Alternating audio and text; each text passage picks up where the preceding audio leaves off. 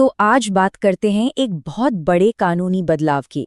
एक ऐसा बदलाव जो भारत के कानूनों में एक नया अध्याय लिख रहा है। इसका नाम है जन विश्वास प्रावधान संशोधन विधेयक 2023। चलिए मिलकर समझते हैं कि आखिर ये है क्या और इसका हम सब पर क्या असर पड़ने वाला है। चलिए सबसे पहले एक बहुत ही बुनियादी सवाल पर सोचते हैं। क्या किसी छोटी मोटी अनजाने में हुई गलती के लिए जेल जाना ये जरूरी है? सुनने में अजीब लगता है ना? पर सच तो यही है कि इसी एक सवाल के इर्द गिर्द ये पूरा नया कानून बना है। तो सवाल उठता है कि आखिर जरूरत ही क्यों पड़ी इस नए कानून की। देखिए, समस्या थी हमारे पुराने कानूनों की उलझन, एक ऐसा जाल जहां जरा सी चूक का मतलब बड़ी मुसीबत हो सकता था। जरा सोचकर देखिए, एक ऐसा सिस्टम जहां कोई मामूली कागजी गलती हो जाए या कोई छोटी सी टेक्निकल एरर और उसे सीधे सीधे एक क्रिमिनल ऑफेंस मान लिया जाए। जैसे एक उदाहरण लेते हैं, इंडियन फॉरेस्ट एक्ट का। इसके तहत अगर किसी का जानवर गलती से भी किसी रिजर्व फॉरेस्ट में चरने चला गया तो उसके मालिक को जेल हो सकती थी। अब इसका नतीजा क्या हुआ? हमारी अदालतें ऐसे लाखों छोटे छोटे केसों के बोझ तले दब गई और आम लोगों से लेकर बिजनेस करने वालों तक सबके मन में एक अजीब सा डर बैठ गया। और बस इसी डर के माहौल को बदलने के लिए और इसी उलझन को सुलझाने के लिए सामने आया जन विश्वास विधेयक। इसका मकसद बिल्कुल साफ है, शासन डर से नहीं बल्कि भरोसे से चले। तो अब समझते हैं कि ये बिल आखिर है क्या। देखिए, इसके दो बहुत बड़े मकसद हैं।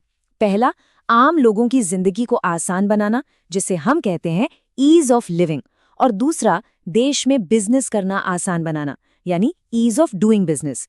और इन दोनों मकसदों को पूरा करने का तरीका क्या है?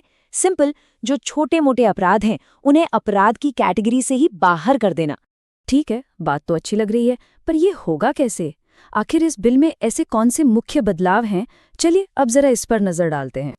देखिए, इस एक तस्वीर में ही इस पूरे कानून का सार है, उसका निचोड़ है। पहले क्या था?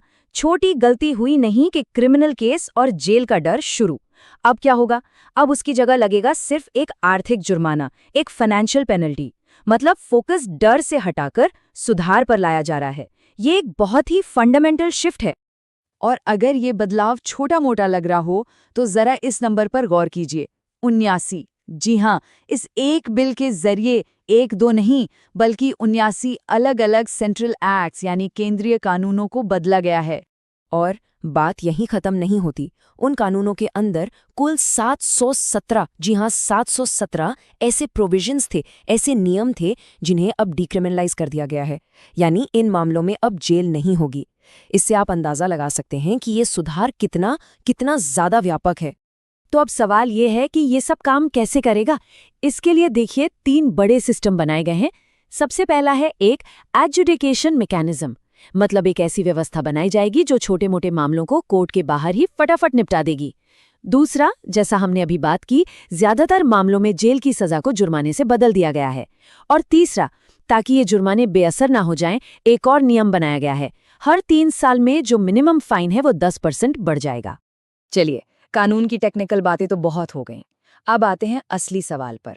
इसका हमारी आपकी जिंदगी पर और हमारी अदालतों पर असल में क्या मतलब है? क्या फर्क पड़ेगा इससे? देखिए, सबसे बड़ा और सीधा असर तो हमारी अदालतों पर पड़ेगा। उम्मीद है कि उन पर जो लाखों केसों का बोझ है वो थोड़ा कम होगा। दूसरा, जब सरकार छोटी छोटी बातों पर जेल भेजने की बजाय भरोसा दिखाएगी तो जाहिर है सरकार और लोगों के बीच एक विश्वास का रिश्ता मजबूत होगा।